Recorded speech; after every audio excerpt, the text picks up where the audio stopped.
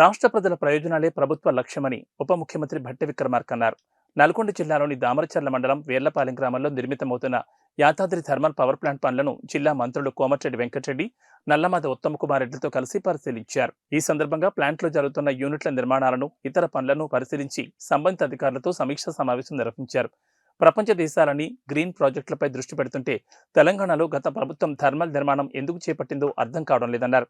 నిర్మాణంలో జాప్యం వల్ల రాష్ట్ర ప్రభుత్వ ఖజానాపై భారం పడిందన్నారు. అయినప్పటికీ నిధుల కొరత లేకుండా రాష్ట్ర ప్రభుత్వం సహకరిస్తోందని చెప్పారు. అధికారులు శరవేగంగా పనులను పూర్తి చేయాలని సూచించారు. భూములు కోల్పోయిన రైతులందరికీ నష్టపరిహారం చెల్లించనున్నట్లు చెప్పారు. స్వార్థ ప్రయోజనాలకు పాల్పడితే ఉపేక్షించమన్నారు. ఉద్యోగ నియామకాల్లో స్థానికులకే ఇవ్వాలని అధికారులను కోరారు. రైల్వే, రోడ్డు పనులపై అధికారులు దృష్టి సారించాలని అన్నారు.